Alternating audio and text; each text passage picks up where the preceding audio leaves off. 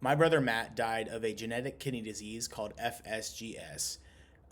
Later, I found out I have the exact same disease, and luckily for me, my progression is much slower than his. But what I want to do is talk about how Matt found out he had some issues, and then the story about how he went from finding out he had a kidney disease and some issues with his kidneys all the way up through dialysis and then eventually passing away.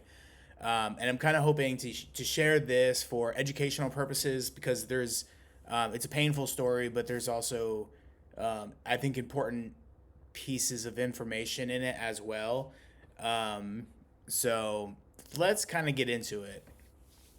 So my brother Matt, early in life when he was in middle school, he was a wrestler. He played football, very athletic, and was doing real well in the sports side of things. And then when he went to high school, they did a physical check. So you do your physical check, and for him, when he was in I think ninth grade, they started finding something called protein in the urine. So the first symptom for him was he was getting higher protein in the urine. And I remember they're like, "Whoa, this is kind of weird. You can still wrestle, play football, but we're gonna send you to some specialists, check some things out." And he went to some specialists, and they're like, "Yeah, that is weird. That is weird. Let's kind of watch it, see what's going on." And they're doing some tests. They actually did, I think, a kidney biopsy actually as well. And what the kidney biopsy showed was something called focal segmental glomerular disorder. So there's like scarring of the glomerule, which is the filters of the kidney. So it's like, hey, you've got some scarring, but we don't really know what's causing it. So you got some kidney issues. And then as he went further in high school and he got to like sophomore, junior year, he started getting real wild blood pressure. So like he was fit guy, but his blood pressure was going crazy. And they did some more tests and then found that the protein that was in his urine was crazy high, something called nephrotic syndrome. So it was like it's over like three grams of protein in your urine a day, which I'm not a nephrologist or doctor, but that was the key factor for him that caused his to go very fast was having high protein in the urine. So yeah, he got to nephrotic syndrome, and what ends up happening with kidney disease is you go to the doctor, and then you go every 3 months, 6 months, a year, depending on where you're at, or 2 years, and they just say, hey, your GFR, your kidney function percentage, GFR is like the big one. It's kind of like how much percent kidney you have. So if you have a GFR of 60, roughly 60% kidney function. Not exact, but it's basically that. So Matt would go in and GFR would be 60. And then he would go in and GFR would be 50.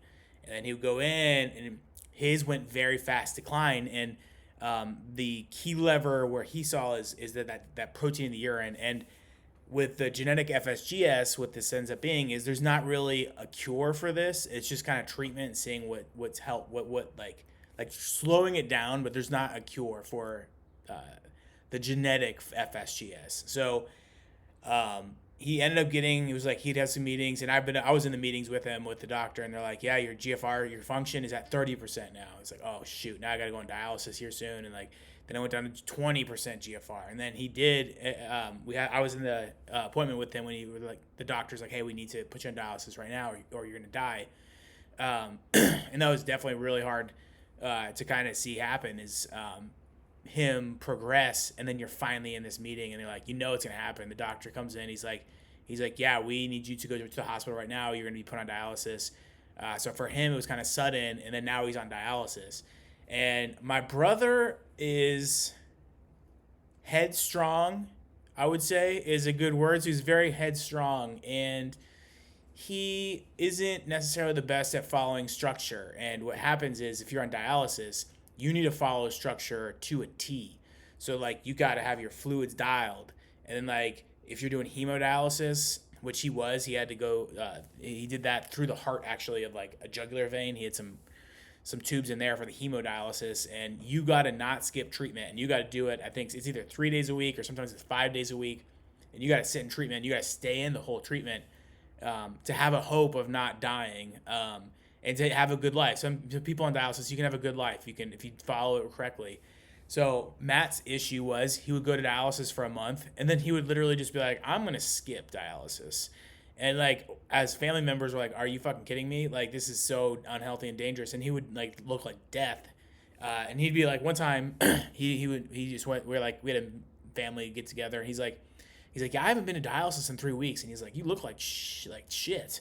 And I was like, okay, let's go get him to the hospital right now. He's got to do the dialysis. So like, he would have stints of on it, off it, on it, off it, um, and fighting it the whole time, drinking a lot of liquid. So having a lot of health issues. And then for him, and it was a hard choice, and like, everyone's got their own choice with this. So like, I've got kidney disease as well, and I'm gonna have my own choice with this. But Matt had his choice, and he said I'm not doing dialysis. I'd rather let it kill me, let me pass of natural causes, than to have a machine keep me alive.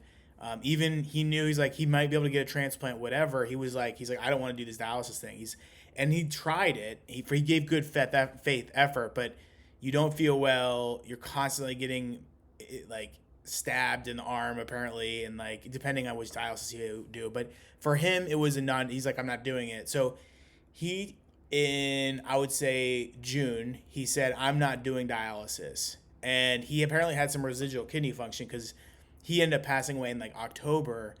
But that time frame from not doing dialysis and the sickness and seeing that go down, it was hard to watch. Like, seeing your brother, and he was like 26, 27. And one of the most shocking things that I hated about this is that we go visit him in hospice. I have the same disease. So like, I've got this FSGS too. So I'm like getting a firsthand view on like how it kills you. I'm like, oh my God. Yeah, it's a hard fucking time. And he did it to the end. He ended up passing away in October. And it was real hard. Like, the grief side of like losing your brother is really bad. Like, it took me like a year before I was like, all right, we're good. Like, we can function well in society, and like, we can do jobs and stuff. But it was definitely not easy. And now, like, so he passed away, and then now the thing is, like, he doesn't have to deal with it anymore, but like, now still I have this disease. So lately I've been having, I also skipped doctor's appointments. I'm not good at this as well, but I'm really been doing a good effort of like going to my doctor's appointments and watching what I eat. And I've got blood tests coming up this week, and I'm a little nervous about it.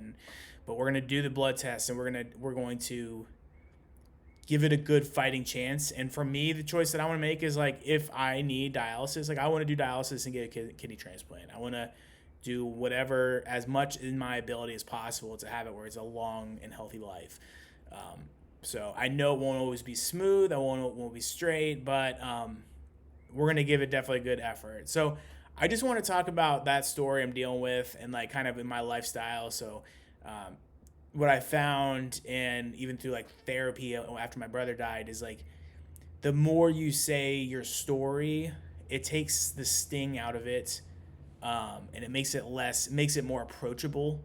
So if you've dealt with grief, you might understand or might see it. Like, I'm sure in other aspects, but like, it's like when Matt first died, it was like hell, and I could barely even, like, I would lose it just all the time. And then told the story, worked with the counselor, therapist, and now it's been 5 years. So Matt passed away 5 years, and I feel strong, like, and like can do this and function well. So it's a whole grief journey. Would not recommend, not a good experience, but it is one, I think it's like a piece of being a human. So yeah, that's the story.